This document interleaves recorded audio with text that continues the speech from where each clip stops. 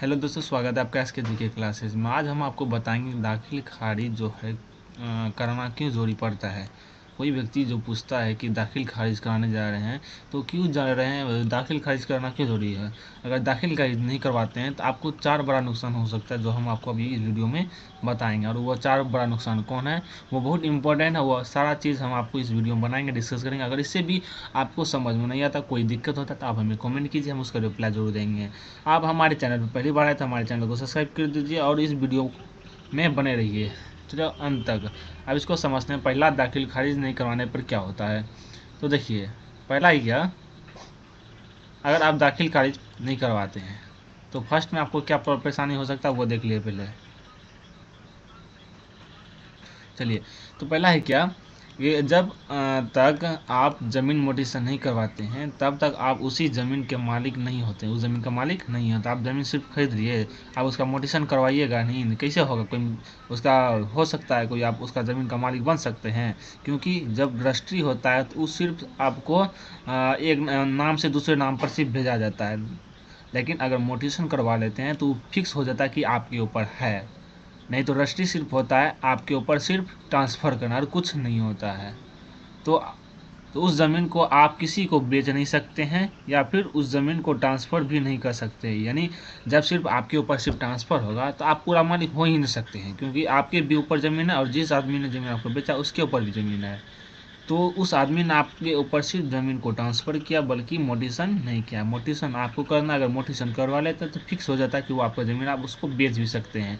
पहला यही दिक्कत होगा कि आप ज़मीन को बेच नहीं सकते हैं, उसका मालिक बन नहीं सकते हैं। सेकंड जो है, सेकंड सवाल क्या है, सेकंड में देखिए, सेकंड क्या है, सेकंड में क्या, दूसरा में है क्या, अगर आप मोटिशन नहीं करवाते हैं तो जिससे आप ज़मीन लिए हैं वह व्यक्ति दोबारा उस ज़मीन को बेच सकता है। एकदम सही बात है। अगर आप मोटिशन नहीं किया है, सिर्फ रजिस्ट्री करवाए, रजिस्ट्री मतलब सिर्फ आपके ऊपर ट्रांसफ़र हुआ है, ना कि आप उसका ज़मीन का पूरा मालिक बने हैं, सिर्फ आपके ऊपर ट्रांसफ़र। अगर ज़मीन का तो मोटिशन नहीं होगा तब तक आपके ऊपर वो ज़मीन नहीं होगा। जैसे मोटिशन हो जाएगा वो ज़मीन आपके ऊपर फिक्स हो जाएगा, आपके खाते में वो ज़मीन चले जाएगा।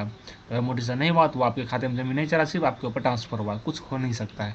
ऐसे कई केस देखने को मिलते हैं, खास के शहर में मिलते हैं, लेकिन गांव में भी कुछ मिलते हैं और शहर में भी मिलते हैं, जिसमें ज़मीन दोबारा बेच दिया गया है। यानी आपसे जब पैसा ले लेगा, आपको सिर्फ बोलेगा कि हम आज करेंगे, कल करेंगे, मोटिशन करेंगे, रजिस्ट्री करेंगे, लेकिन आपको रजिस्ट्री करता है। बाद में उसको कोई आदमी आपसे ज़्यादा पैसा दे के, उसको लालच दे के वो ज़मीन अपने ऊपर करवा लेता है। ये सब केस देखने को मिलते हैं, इसलिए दाखिल खारिज करना बहुत ज़रूरी है। आप ज़मीन कहीं पर लिए हैं तो मोटिशन ज़रूर करवा ले, ताकि मालिक खुद बने, ताकि आपको ऑनरशिप मिल जाए और कोई उस ज़मीन को बेच ना सके, सिर्फ आपके सिवा कोई बेच ना सके, उस पर आपका पूरा हक हो जाए और आपके नाम पे, यानी आपके खाते में ज़मीन चले जाए।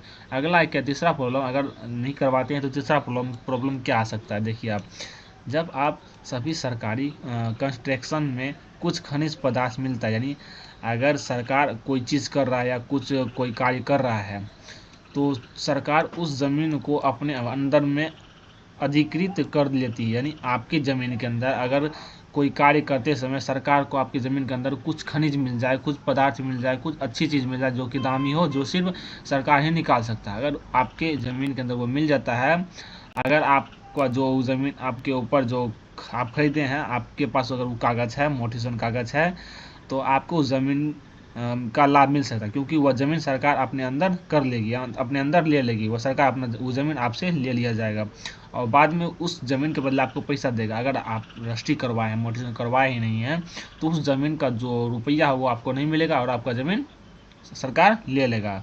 तो तीसरा यही परेशानी है। तो आप अपना मोटिशन करवाइए, रजिस्ट्री करवाइए, मोटिशन करवाइए। उसके बाद अगर कोई भी सरकार आपका ज़मीन लेता है और किसी कार्य से, या पुल बनाने के लिए, या रोड बनाने के लिए, या कंस्ट्रक्शन में वहाँ कोई खनिज पदार्थ मिल जाए, तो उस समय आपको सरकार जो है उस ज़मीन का मुआवजा आपको देगा। क्या देगा? मुआवजा देगा। अगर आपके पास उस ज़मीन का कागज़ नहीं है, सिर्फ रजिस्ट्री केवला दिखाने से कुछ होता नहीं है। अगर केवला सिर्फ दिखाते हैं तो इससे कोई फ़ायदा आपको नहीं होने वाला है।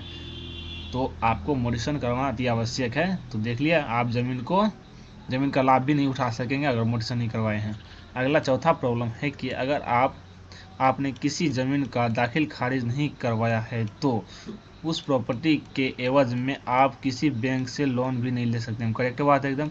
अगर मान लेता आप बिजनेसमैन है या कोई छोटा मोटा किसान है, किसान भी कितना होता है, होम लोन लेता है, जो भी लोन, बहुत सारा लोन लेता है, ठीक है, तो आप उस ज़मीन का जो है कागज़ दे के आप उस ज़मीन से कोई लोन नहीं ले सकते हैं, क्योंकि वो प्रॉपर्टी अभी तक आपके नाम पर पूर्णतः दर्ज नहीं हुआ। सिर्फ आपके ऊपर हम बताएं कि आपके ऊपर सिर्फ ट्रांसफ़र हुआ। ट्रांसफ़र का अर्थ होता है एक जगह दूसरी जगह शिफ्ट हुआ है।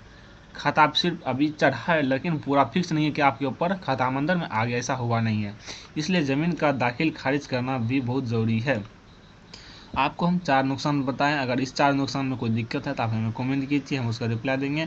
अगर आपके साथ कोई प्रॉब्लम हुआ है, ज़मीन से रिलेटेड कोई परेशानी हुआ तो आप हमें कमेंट कीजिए, उसके एवज में हम आपके ऊपर वीडियो बनाएंगे, उस कमेंट के ऊपर वीडियो बनाएंगे और रिप्लाई भी देंगे और उसका सोल्यूशन भी आपको बताएंगे, हल भी बताएंगे और आपका जो है परेशानी को हम सॉल्व करेंगे। अब सॉल्व करने का प्रयास भी करेंगे और पूरी प्रयास करेंगे। तो धन्यवाद।